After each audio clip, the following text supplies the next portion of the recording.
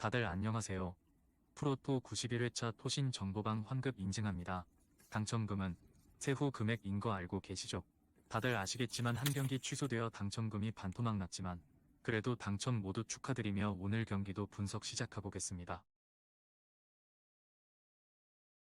금일 첫 번째 경기 전북 현대 대 인천 유나이티드 분석 시작해 보겠습니다.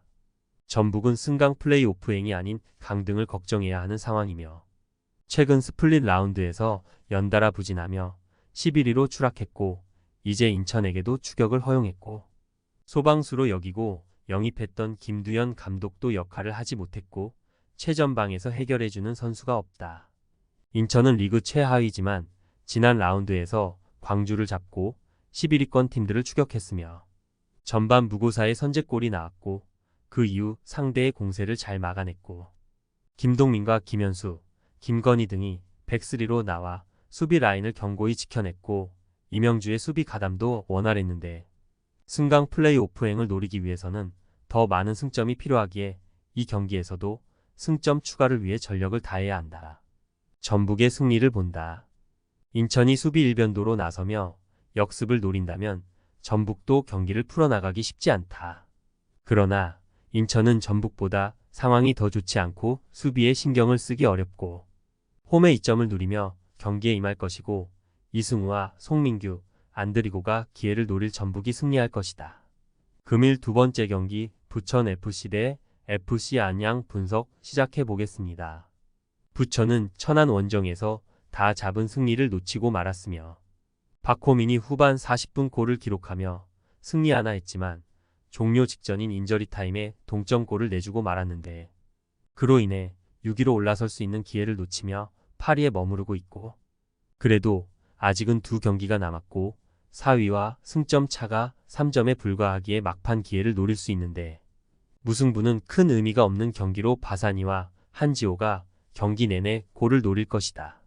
안양은 주중 경기에서 전남과 비겼으며 유정환의 선제골을 지키지 못하며 인저리 타임 동점골을 허용했지만 2위와의 승점 차를 4점으로 유지했고 남은 두 경기에서 1승만 거둬도 우승이 확정되는데 마테우스와 야고 등 외인 공격수들이 시즌 중반 이후 다소 부진했지만 유정환과 김동진 등 국내 선수들의 분전이 대단했다. 접전을 본다. 부천이 홈의 이점을 살리며 리그 선두를 두들길 수도 있는 경기다. 그러나 김영찬과 김정현, 김동진 등 리그의 최고의 수비 라인이 나서는 안양이 쉽게 상대에게 골문을 열어주지 않을 것이고 이영직과 마테우스의 안정적인 수비 보호도 있을 안양이 승점 1점을 따낼 것이다. 금일 세 번째 경기 FC 서울 대 포항 스틸러스 분석 시작해 보겠습니다.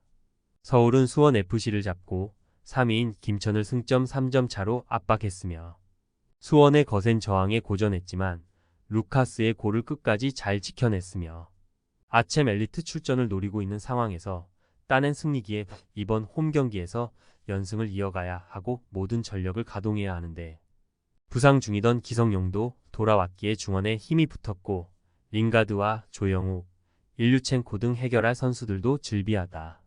포항은 지난 라운드 홈 경기에서 울산에 완패했으며 선발 센터백으로 나선 이규백이 후반 초반 퇴장을 당하며 생긴 수적 열세가 컸고 별다른 반등의 기회를 잡지 못했는데 그로 인해 서울의 리그 4위를 내줬고 이번 원정 승리가 간절한데 친정팀을 상대할 이태석을 비롯해 정재희와 백성동, 홍윤상 등이 공격적으로 골을 노릴 것이다. 서울의 승리를 본다. 포항은 오베르단과 한찬희 등 중원에서 상대의 공세를 저지하며 역습으로 전환할 조합이 있다.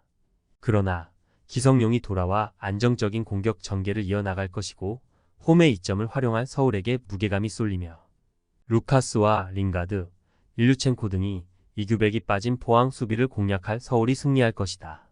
금일 네 번째 경기 김천 상무 대 수원FC 분석 시작해 보겠습니다. 김천은 스플릿 라운드 시작 이후 승리를 챙기지 못했으며 정규 시즌 마지막 경기인 울산전 패배 이후 나선 3경기에서 승점 1점에 그치며 이제 아쳔 엘리트 출전권 순위를 지키는 것에도 위기가 왔고 우승을 노린 이번 시즌이었는데 남은 3경기에서 최대한 승점을 따내야 하는데 다행인 건 이동준 정도를 제외하면 전력 외로 빠진 선수가 없는 풀핏이라는 점이다.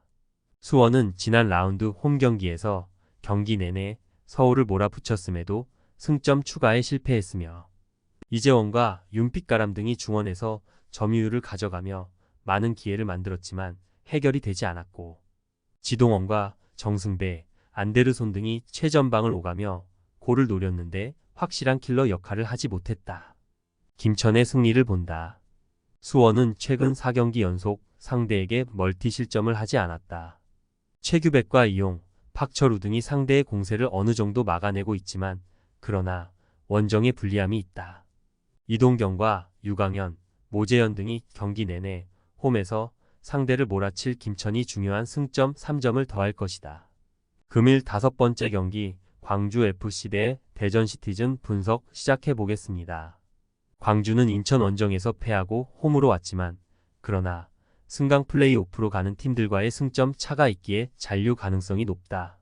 그리고 인천 원정은 아챔으로 인해 이정효 감독이 로테이션을 돌린 여파도 있었지만 그러나 이번 일정은 홈인데다 잔류 확정을 위해 승리가 필요하기에 아산이와 정호연, 이균과 안영규 등이 정상적으로 플레잉 타임을 소화할 것이다.